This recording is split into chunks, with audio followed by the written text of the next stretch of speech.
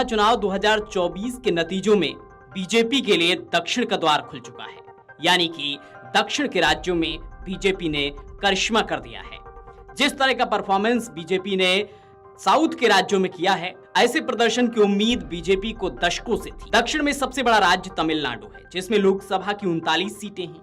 वहीं कर्नाटक में 28, आंध्र प्रदेश में 25, केरल में 20 और तेलंगाना में कुल 17 सीटें हैं।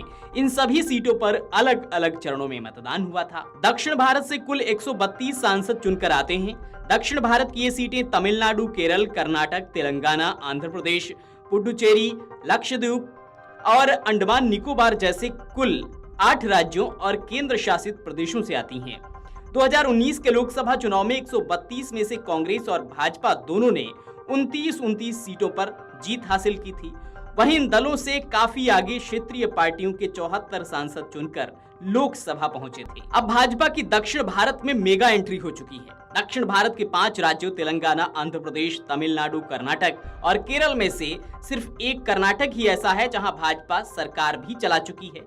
भाजपा को 2019 के चुनाव में 129 सीटों में से 29 सीटों पर जीत मिली थी। इसमें से 25 सीटें कर्नाटक की थी, यानी कर्नाटक की 25 सीटें निकाल दें तो भाजपा 4 राज्यों की 101 सीटों में से महज 4 सीटों पर ही जीत सकी थी और ये सभी सीटें तेलंगाना की थीं। दक्षिण को इंडिया ब्लॉक के लिए मजबूत गढ़ माना जा रहा था। कांग्रेस की अगुवाई वाले गठबंधन में डीएमके जैसी पार्टियां हैं जिनका अपने राज्य में अपना एक मजबूत वोट बेस है। कांग्रेस खुद तेलंगाना और कर्नाटक में सत्ता में है। ऐसे में कांग्रेस और इंडिया ब्लॉक के इस स्ट्रॉन्ग होल्ड में भाजपा की सीटें और कम होने की संभावना जताई जा रही थी। लेकिन जिस तरह से भाजपा ने परफॉर्मेंस किया है उसका अंदाजा किसी को नहीं था। भाजपा की छवि ऐसी पार्टी की है जो लॉन्ग टर्म टारगेट सेट करती है और उसे हासिल करने के लिए माइक्रो लेवल पर काम करती है। भाजपा ने साल 2014 में केंद्र की सत्ता पर काबिज होने के बाद से मिशन दक्षिण पर काम करना शुरू किया था।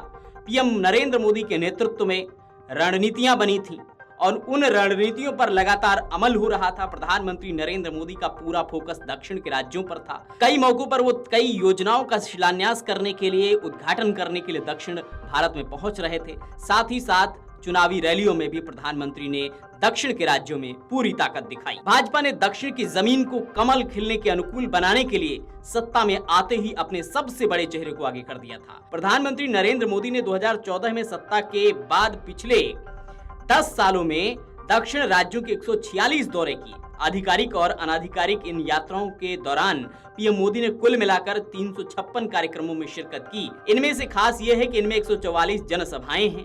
भाजपा ने इस बार अकेले मैदान में उतरने की बजाय गठबंधन के गणित पर फोकस किया। आंध्र प्रदेश में भाजपा चंद्रबाबू नायडू की टीडीपी और पवन कल्याण की जनसेवा से गठबंधन कर उतरी, तो तमिलनाडु और केरल में भी छोटे छोटे पॉकेट में अच्छा प्रभाव रखने वाली छोटी छोटी पार्टियों से गठबंधन किया। भाजपा ने दक्षिण की मुश्किल पिच पर केंद्रीय मंत्रियों और नेताओं को भी उतारा। केरल की ही बात करें तो जिस राज्य में पार्टी कभी खाता नहीं खोल सकी, उस राज्य से 2 केंद्रीय मंत्रियों को मैदान में उतार दिया गया।